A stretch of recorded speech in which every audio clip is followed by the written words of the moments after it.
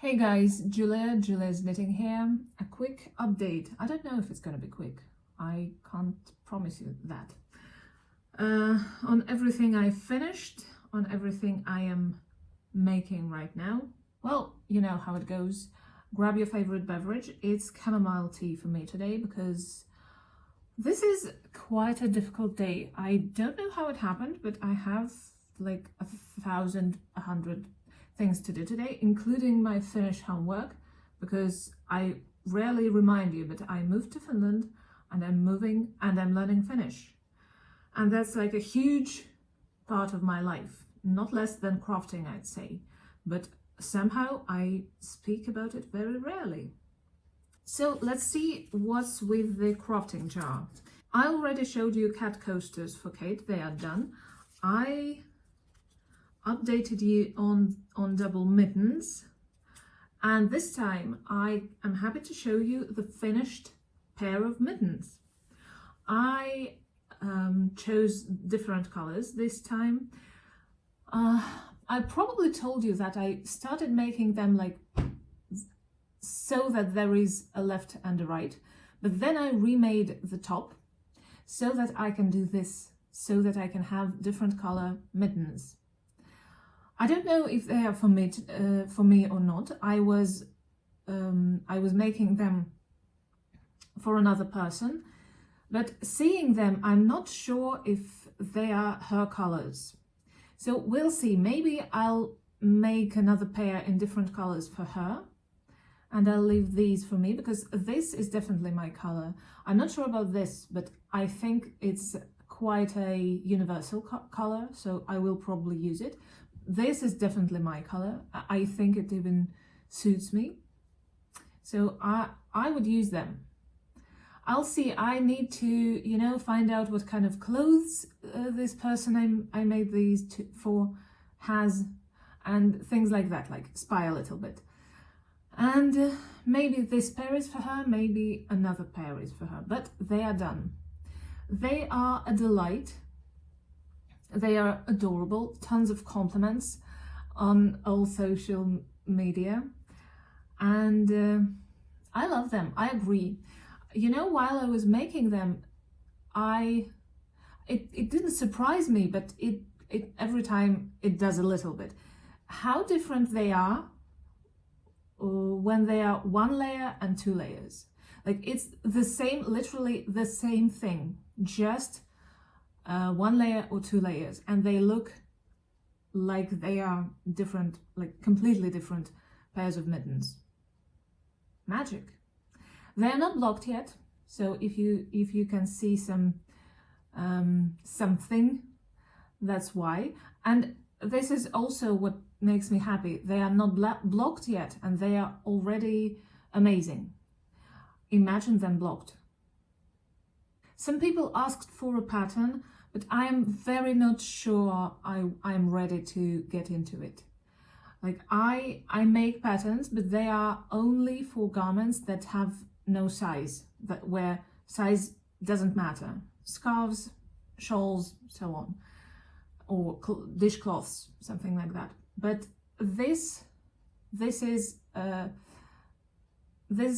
requires different sizes, and that means grading and then having a test group. Everything scares me right now at this moment of my life. I know I can do it if I kind of decide to do it, but I don't think I don't think I need it right now, and I don't think I will have enough energy, enough time, and I will get enough people who want to buy this pattern, So not forever, but right now there is no pattern. However, there is a kind of a tutorial. There are 4 parts in it. If you go to my shorts, there is a series of how to make this pair of mittens. Any yarn, any needles, any kind of size you want, you will need to count. That's like you will have to do it. I'm sorry. Just a quick reminder, they are reversible. You just pull it inside out, outside in, and you can wear them this color, the second color, or two different ones, left and right. Another pattern I pulled out of a crafting jar was a t-shirt bowl, meaning I made some yarn out of the old t-shirts. Sorry. This is it. And this is it. And you know what? I started making them and I hated it. I hated the process because everything was covered in this like micro pieces of this t-shirts. I didn't like the result because the colors I have, they are the only colors because they are the t-shirts I had. I cannot change the colors. And they are awful. They look awful together. And if I change them, it doesn't work for me personally. I figured that the only thing I could do with this yarn was going to be a rug. But I have no place and no need.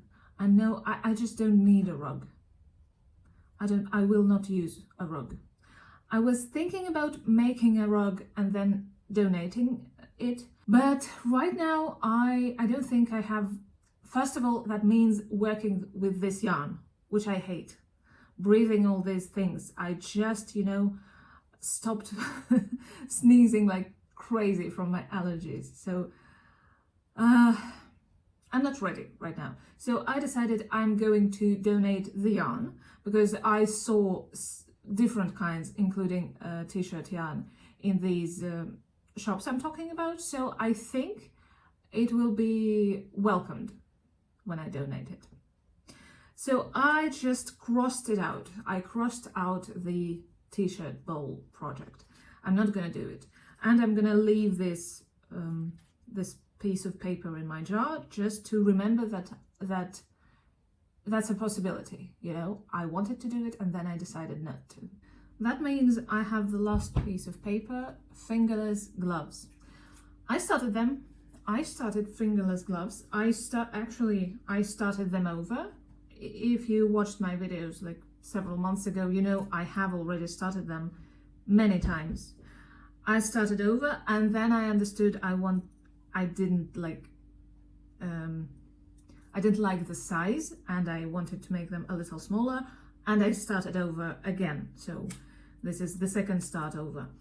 And I think I'm not going to start over again. I think that's okay. I had wanted to make them with a pattern here, with a cable on the what is this part of the hand called? Here. And partly because of this pattern, because of this cable, I started over like a million times, because a little bit to the left, a little bit to the right. And now I finally understood that I needed to make a plain stockinette stitch fingerless glove first, and then if I feel like it, I can understand where exactly I need this cable to be. And that's what I'm doing. This is the beginning, just the beginning. The thumb is formed right here. I already started it. And I'm using the tutorial I made myself for the double mittens. So this is exactly the same. I'm just, this yarn is thicker, so I'm casting 37 stitches here. I cast 41 here. And of course, this is one layer. That's why I just cast on as usual. No provisional cast on. So there is not much to tell, because this is just a little bit. This is how much I have. I took it yesterday to on the day before for a trip. We had like a weekend close to home trip. I was in the car for a long time, but I didn't feel like knitting at all. I read a little bit, we listened to a podcast, I slept a little bit, but I did not knit. I drove at some point, so I couldn't knit. So fingerless gloves are in progress. I also started one more thing. My project bag. I bought a cotton plus acrylic kind of shirt in a thrift shop. I unraveled it, that's why the yarn is so wavy. And now I want to make myself a t-shirt, maybe, well, most probably a t-shirt. Maybe a t-shirt with a hood. Does it make it a hoodie? I don't know. I don't know anything yet. I just saw Tony Lipsy wearing a crochet polo shirt, and it was adorable. It was black. I showed it to you last time. Black polo shirt and a black, some kind of a tank top or something underneath. Gorgeous. Suits her very much. And I wanted something, you know, not exactly that, but something like that. I'd like to have a layer, and then a layer of crochet, a see-through, a transparent crochet on top of it. So this is what I am making. I chose a pattern that is, it's not a pattern, it's a chart that makes this kind of a geometrical flowers, but they are not very obvious, so it just suits, you know, I like the size of these holes. They are exactly what I want, because I tried like double crochets, I tried different things here, and these are too big, these are too small, you know, this was the best one. And it would be very nice if I can make it until the 16th of July, until the 18th of July, because I have a trip coming up and I would like to take this with me. But that's not like, that's not necessary, because I still haven't got the layer to wear underneath. So it just, I don't know, I don't have enough energy to push it, like to make it happen. So I'm just, if it happens, it happens, but if it doesn't, that's okay. So the t-shirt is also in progress. That means that my plans are being, like, they are in progress. You know what? I still think that the crafting jar is one of the best ideas I've had, but at the same time, I am starting to feel like I want to do something I want to do. Not something from the crafting jar, but something I thought of, something I desire to do. I'm not afraid to say that. And this is interesting to just observe. I'm not like whining about it, because I can always, you know, stop with this for a while and make something else, or, you know, pull out one project out of here and then choose one project to make. So there are always options. That's okay. I'm just, you know, writing it down for myself for the future. Okay, one of those projects that I just wanted to do so much was quilting. I am into quilting. That means I adore quilting. I make very little of it, but I adore it. And I'm kind of saving my, I don't know, my knowledge, my ideas for later. And this is what I did this time. So there is a technique, it's quite popular, when you take a square, it can be a paper square, it can be a fabric square, and you sew the pieces of fabric, your scraps, onto this square. If it's paper, you tear it off afterwards. If it's fabric, like I did here, you use it like it stays here. And I chose all the Christmas fabrics I had. Like, last winter and the winter before probably, I had this, I bought a lot of fabric from the thrift store, from the thrift stores, and the fabric were, they were clothes and fabrics, like different sources, and everything I have left is kind of, I don't know what to do with it, because I already made what I wanted, like Christmas stockings and I don't know, placemats and so on. So I can just do whatever. And I decided that I just wanted to try this technique. And I tried it. As you can see, most of the times, I think this is the correct way to face it. Most of the times I started with a lower left corner and then moved to the opposite corner, to the upper right corner. And that is not what you have to do. You can do like horizontal, you can do vertical, you can do it in the round, like clockwise or counterclockwise. You can join a couple of pieces together and then sew them on the square. So there are different ways to do that.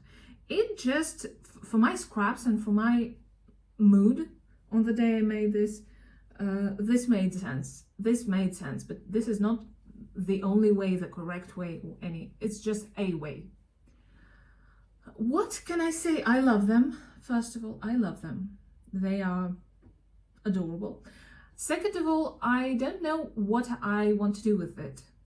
I started it as a bag, probably a tote bag, a grocery bag, to bring to the store with you. Then I thought of a pillowcase, because I have a pillow just the same size, which I actually also made from the scraps I had. Eventually I decided to wait and see, because I wanted to make the squares, I wanted to connect them, but I kind of didn't want to do the next part, so I can wait and think about what I need. At the beginning I thought it doesn't have to be a Christmas quilt, it just can be a red quilt, like a red tote bag. Then I saw it and thought, no, that must be Christmas. Now I'm thinking, why must it be?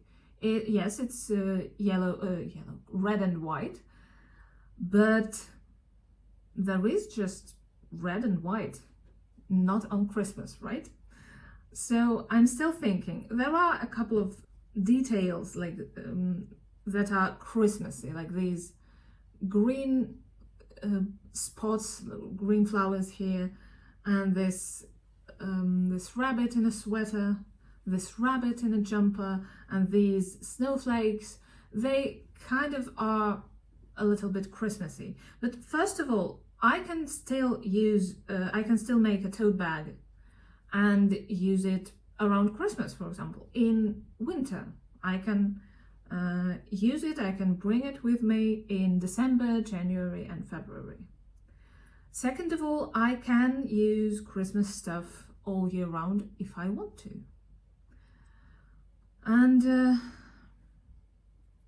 I understand that those are not the things that are stopping me. I just don't know, I can't kind of feel what this wants to become. So I think I will leave it be for a while and decide later. But it makes me happy that I made that. Also, I don't know, maybe the summer gives me some kind of a signal to my brain that Christmas is starting to come. I don't know. I know that we passed a midway to Halloween, like several weeks ago probably. So it must be halfway to Christmas, maybe around halfway. Maybe that's why I'm thinking about it. But I also started to remind myself that I have to finish this pattern. If you have been watching me for several months at least, you know that I started this pattern a long time ago. I had this idea that I might finish it by last Christmas, and it was possible. So you can imagine how long it has been. but I need to finish it for this Christmas because it's adorable. I like it. It's very suitable for beginners, you know, a person who just mastered knits and purls, who can make easy cables. That's awesome because this looks quite rich. This looks like advanced, but a beginner can make it. So I want to kind of inspire myself to finish this pattern because I feel like many people will enjoy it. All I need to do is, I already, you know, made the chart for it. I need to just finish writing everything down. Also, I need to find a nicer way to connect the pom-pom with the end, because, well, I did the obvious. I just, you know, put a string into it, and then I made a knot and tied the pom-pom into it. But it looks, it could be better. Like it doesn't look, it looks very nice from here. You cannot see it. But I'm a person who, you know, I will sit in the scarf and I will look at it and I will notice. So if someone like me buys this pattern and starts doing that, it is a little bit unpleasant. So I want to find a better way. I think I'm talking to myself mostly right now. I'm just reminding myself that soon, if not right now, but soon, then soon it is time to go on to continue this pattern, to write this pattern, to publish this pattern on Ravelry. The only thing left to say is the book of the week, to tell you about the book of the week. And it is still A Movable Feast. I don't know, it takes me, I can't say it's hard to read, but I read rarer, more seldom than usual now, more rarely than usual. So it takes me a lot of time, but I am actually almost done. I have just a couple of chapters left. I'm enjoying it. I am, you know, it's a kind of book that is like good clothes, you know, you cannot feel that you're wearing them. It's not like, oh my God, how beautiful. It's just you're wearing it and you're just, you don't acknowledge that all the time. You don't notice that all the time. You barely notice it. This is this book. I'm reading it and I don't have this, you know, wow, what a book. What did he say? How did he write it? No, there are just, sometimes I underline things like, huh. And that's amazing. That's like reading, you know, my own thoughts, but from a different person. And I'm reading the chapter about James Joyce right now, so that's also kind of a special chapter. I hope, and I'm quite sure I will finish it before my trip to Paris, and I have another Paris themed book. I will probably bring it with me, or maybe I will start it before going to Paris and then finish it. I don't know yet. But also, I always forget this fact when I'm telling you, like, oh, I've been reading it for so long. I always forget that I also read in Finnish like a job, like religiously. And I just finished the first Harry Potter book in Finnish. Have you heard? Did you notice? Did I tell you I read in Finnish? And it's not adapted literature. It's actual original literature. And I am now starting to read the second book, Harry Potter and the Chamber of Secrets, or Harry Potter ja salaisuuksien kammio. I haven't started yet. It's just a step, a huge step that is going somewhere in the background sometimes, but it is actually a huge step. I'm talking to myself right now again because I feel like I'm, you know, I talk about it like, oh, by the way, I learned Finnish.